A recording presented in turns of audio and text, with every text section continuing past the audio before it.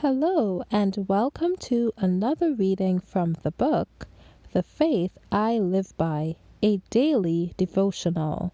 Today's reading is entitled, To Be Kept in Eternity, January 31st.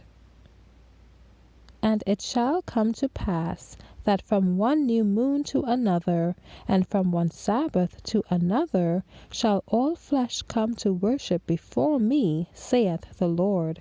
Isaiah 66:23. How beautiful the earth was when it came from the Creator's hand. God presented before the universe a world in which even His all-seeing eye could find no spot or stain. Each part of the creation occupied the part assigned to it and answered the purpose for which it was created. Peace and holy joy filled the earth. There was no confusion, no clashing. There was no disease to afflict man or beast, and the vegetable kingdom was without taint or corruption. God looked upon the work of His hands, wrought out by Christ, and pronounced it very good. The Sabbath was hallowed at the creation. As ordained for man, it had its origin when the morning stars sang together and all the sons of God shouted for joy. Job 38:7. The Sabbath was not for Israel merely, but for the world.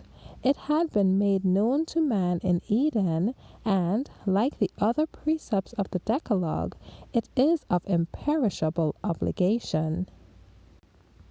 Of that law of which the fourth commandment forms a part, Christ declares, Till heaven and earth pass, one jot or one tittle shall in no wise pass from the law.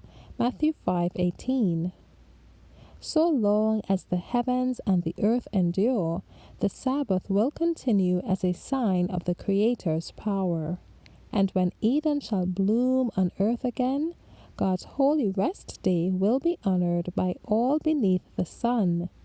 From one Sabbath to another, the inhabitants of the glorified new earth shall worship before me, saith the Lord.